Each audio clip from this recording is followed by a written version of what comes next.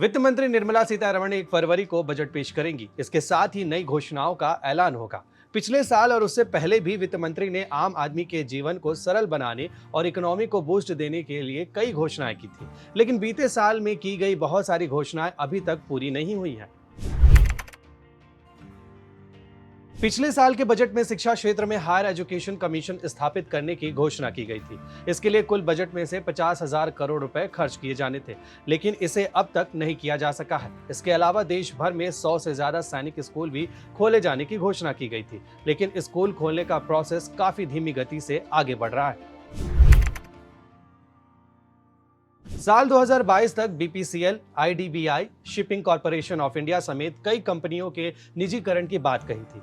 इसके अलावा एलआईसी को शेयर बाजार में उतारे जाने की घोषणा की गई थी।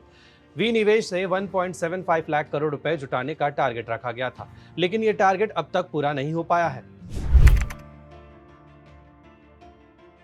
वित्त मंत्री निर्मला सीतारमण ने 2021-22 के अपने बजट भाषण में ऐलान किया था कि सरकार फंसे हुए कर्ज के निपटारे के लिए बैड बैंक बनाना चाहती है। बैड बैंक का मतलब बैंकों के जो भी फंसे कर्ज या एनपीए है, वे सब इसी को ट्रांसफर किए जाएंगे।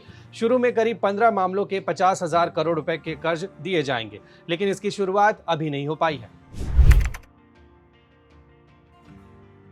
प्रधानमंत्री मोदी हमेशा स्वास्थ्य से जुड़ी रिसर्च पर जोर देते रहे हैं, लेकिन पिछले बजट में हेल्थ केयर रिसर्च के खर्च को लगभग आधा कर दिया गया। वित्त मंत्री निर्मला सीतारमण ने 2021 के लिए डिपार्टमेंट ऑफ हेल्थ रिसर्च को 2,663 करोड़ रुपए आवंटित किए। ये 2020 के 4,062 करोड़ रुपए से 34.4% कम है। ओलंपिक ईयर में खेलों में मेडल जीतने का श्रेय लेने की होड़ मची रही, लेकिन सरकार ने खेल बजट कम कर दिया। साल 2020 में सरकार ने 2,827 करोड़ रुपए का खेल बजट घोषित किया था। बाद में कोरोना महामारी के कारण सरकार ने बजट घटाकर 1,878 का कर दिया। इसके बाद साल 2021 में 2,596 करोड़ रुपए का खेल बजट घोषित किया गया, जो बीते साल के मूल बजट की तुलना में करीब 230 करोड़ रुपए कम था।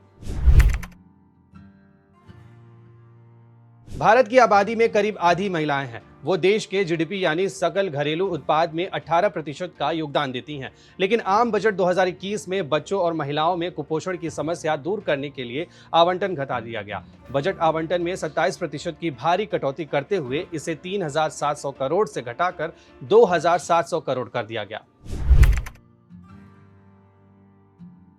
सरकार के एजेंडे में संस्कृति की खास जगह होने के बावजूद संस्कृति मंत्रालय का ही बजट घटा दिया गया। इससे ऐतिहासिक बिल्डिंग्स का रखरखाव का काम अटक गया। आम बजट 2021 में संस्कृति मंत्रालय के लिए 2,688 करोड़ रुपए आवंटित किए गए, जो पिछले साल की तुलना में 461 करोड़ कम थे। कोरोना काल के दौर में ये दूसरा बजट पेश होने जा रहा है। वहीं कोरोना काल में पेश हो रहे इस बजट से आम लोगों को बड़ी उम्मीदें हैं। बजट से जुड़ी तमाम खबरों के लिए जुड़े रहें दैनिक भास्कर ऐप के साथ। शेयर और डाउनलोड करें दैनिक भास्कर ऐप।